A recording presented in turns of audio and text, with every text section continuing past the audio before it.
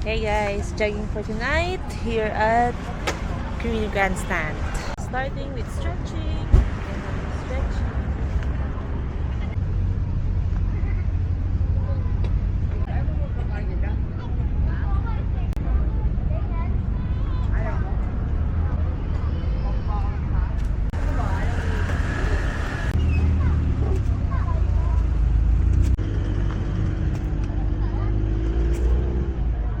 We're now starting.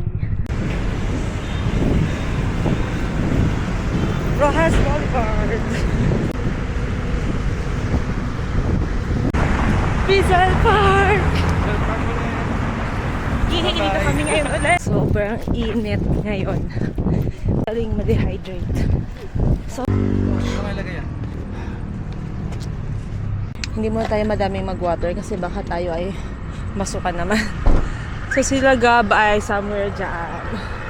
Anyway, continue na po tayo. Hindi na ako nag-post ng timer or Strava. 3 km na po tayo. Kahit medyo nagpapahinga-pahinga kasi tayo.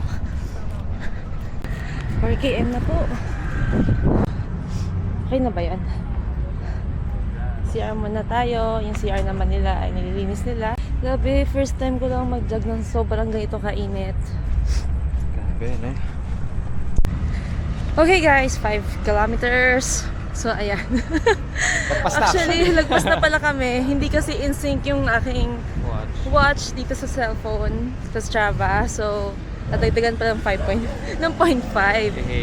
And I just realized na ito talaga yung pinakamainit na jog ko ever so far. And you know why? It's because of global warming. The heat index will continue to rise if you don't really act on it. Climate change is a global emergency and we should really be mindful of our carbon footprint.